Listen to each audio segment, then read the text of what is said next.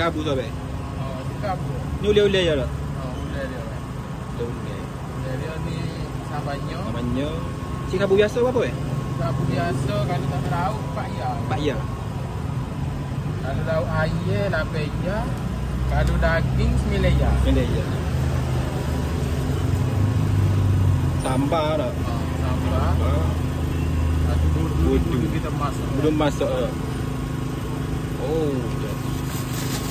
Oh, nada. Cukup mana-mana. Lauk lah air. Air. Kena telur asin. Air pun lemuk. Oh, ni lemuk eh. Lemuk. Lemuk aku daging. Ada tambah daging bakar. Daging bakar. Ada telur asin ke? Oh, telur asin solok.